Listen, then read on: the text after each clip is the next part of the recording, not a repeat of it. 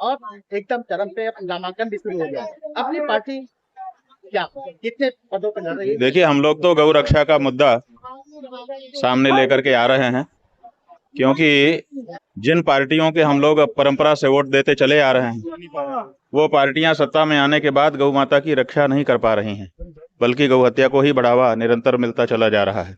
इसलिए देश का सनातन धर्मी हिंदू समाज बहुत चिंतित है और वो चाहता है कि हमारी जो गौ रक्षा की भावना है, उसकी रक्षा करने में जो असमर्थ पार्टियां हैं, उनको अब हम छोड़ें और गौ रक्षा के लिए वोट करें। तो बिहार में बहुत सारे लोगों ने संकल्प ले लिया है, बहुत सारे दूसरे लोग भी संकल्प ले रहे हैं और गौ रक्षा के लिए वोट करके इस समस्या का निराकरण करने के लिए आगे आ रहे हैं। महाराज जी, जिस तरह से चुनाव को लेकर चीजें चल रही है, क्या लगता है कौन आएगा कौन नहीं आएगा, ये तो एक अलग विषय है, ये राजनीति करने वाले जाने।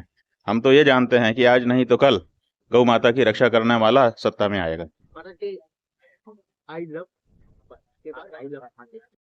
बात यह है कि मोहम्मद का नाम सीधे लेने पर वो लोग कहते हैं मोहम्मद का अपमान हो गया, लेकिन अब वो खुद ही मोहम्मद का सीधा नाम ले रहे हैं। लेकिन हम तो भगवान के नाम को इस तरह से नहीं बोलते हैं। भगवान जो है आई लव की वस्तु नहीं है, भगवान हमारी पूरा का आराधना की और ध्यान का विषय है। इसलिए महादेव के शब्द के साथ आई लव शब्द से जोड़ना महादेव का सम्मान नहीं है, बल्कि अवमान है।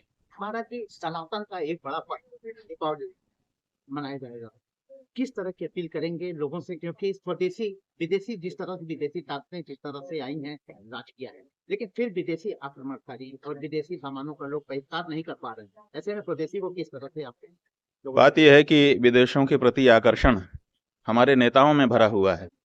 हमारे नेता जब कुछ करना चाहते हैं तो विदेश की ओर देखते हैं। जैसे आपको उदाहरण के लिए हम बताएं, हमारे देश के प्रधानमंत्री बने नरेंद्र मोदी जी, जिस लोकसभा में हम खड़े हैं, ये वाराणसी विधानसभा, यहीं से वो चुने गए और उन्होंने सोचा कि हम काशी में कुछ विकास का कार्य करें। तो काशी के लोगों का एक प्रतिनिधि मंडल बना करके उन्होंने क्योटो भेजा कि जाओ वहां देख के आओ, वहां जैसा है वैसा करो।